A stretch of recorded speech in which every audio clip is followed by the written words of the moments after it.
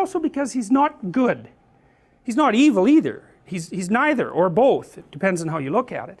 And he also has no idea how smart he is and how smart he isn't, or how smart the person he's talking to is. And instead of admitting what he's done, he lies about it. And that's interesting, because it does suggest that he understands at some level that he set himself up for this. Because, you know, he could have just told the truth.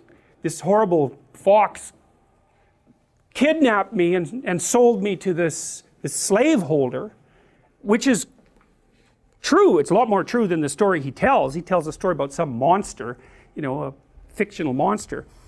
He could have told even 3/4 of the truth and had it work, but he doesn't. He just obscures the story entirely.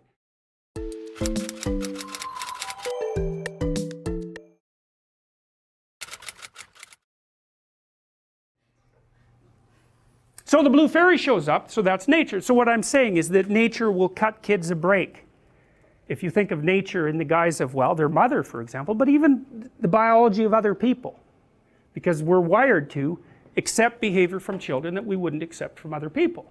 So nature will forgive. So she shows up in her heavenly guise and says, what's going on?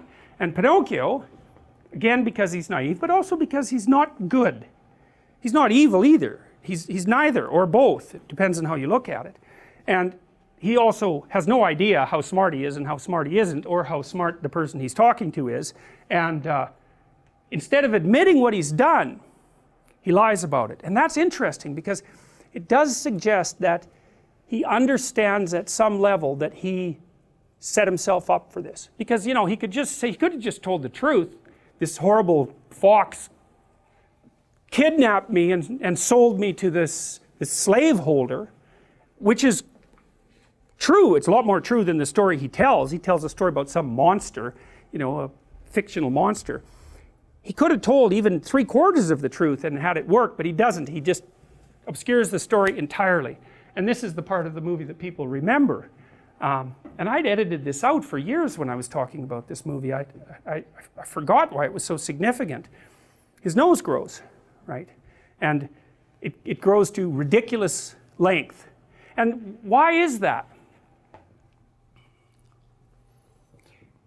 I think it was Mark Twain, Samuel Clemens, I think, who said, one of the advantages to telling the truth is that you don't have to remember what you said. And that, God, that's worth listening to, because so there's a bunch of things I've learned as a clinician. And one of them is, because you're often in really weird situations with people if you're a clinician, because things happen that don't happen normally, and you don't know what to do. And so what I've learned is I just say what's happening, whatever it is, regardless of what it is. You know, I'll just try to describe it as accurately as I can, and not worry about, in some sense, not worry about the consequences. You know, like I'm not going out of my way to cause trouble, but if you're in a really, and I'm telling you, this can save your life at times, especially if you're dealing with someone who's paranoid, who's really paranoid. You do not lie to someone who's paranoid and violent, because as soon as you lie, you're aligned with the forces that are persecuting them. And they're going to be, because paranoia makes people hypervigilant, like they're on amphetamines. In fact, you can make people paranoid by giving them enough amphetamines. And you can make paranoid people more paranoid by giving them amphetamines. So they're hypervigilant because they feel that everything is predatory and against them. And so they're watching you like you would not believe, way more than you're watching them. And if you flicker a lie while you're talking to them, and they're really on the edge, you're done. So it's one thing to really know, if you're ever in a really bad situation and you don't know what to do, you tell the truth minimally. You don't disclose too much, that's just another lie. You tell the truth minimally and carefully and hopefully, and you might get out of it. You might get out of it. But if you falsify it, look the hell out. So the truth is a real mechanism of protection in dangerous situations. You know, so if someone's trying to intimidate you and you think they might get violent and they ask you if you're afraid, then you tell them that you're terrified and that you hope that things will go okay. Or you say, I'll give you an example. One time I was in an airport and we were in this lineup to fly back to Canada that said international flights. And so it was a long lineup, like 50 people, and I got about 3 from the front. There were still like 40 people behind me, and the guy behind the counter decided that he was just going to shut down the line and that we could all go to this other line, which was like 300 people long. And I suggested that he not do that because we'd been standing there for half an hour, and that he could just deal with the 20 of us that were left and like have a clue. And so he called the sheriff right away. And this was down in Florida, and it wasn't that long after 9/11. And so these guys came up, and they were armed, and they came and said, looked at me, because of course he'd told them that I was causing trouble, which I wasn't. I was just trying to not let, what would you say, an arrogant bureaucratic scumrat take advantage of me. So, which is not the same as causing trouble. So anyways, as soon as the cops came up, I said, look, I'm going to do exactly what you tell me to do right now, and I'm not going to cause any trouble, but I would like you to hear what actually happened. And so that's a good example of a situation like that. It's like, if someone's got you, no bravado. It's a very bad idea. And I was going to do exactly what they told me, because, you know, they didn't know who I was, and I didn't know what they had been told. So anyhow, the problem with lying is that it's a hydra. And kids find this out very early, because you tell one lie, and what happens is it has one of the consequences that you expect. Maybe you get away with it, but it has 3 or 4 others that you don't expect. And so it's like it grows some complexity. And then you have to tack a lie on each of those little complexity outcrops, and then they grow 3 more complexities, and soon this little lie turns into a great big ball of lies, and at some point it becomes painfully evident to everyone. And by that time you're in such, you see this with politicians, like that guy who was sexting, Anthony Weiner. Yeah, perfect name for him, man. It's so funny. I shouldn't make that comment because it's so obvious, but it's still funny.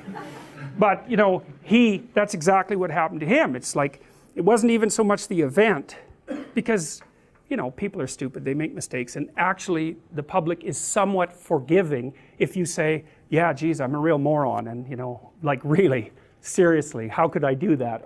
But I did, and like, I'll try not to do it again.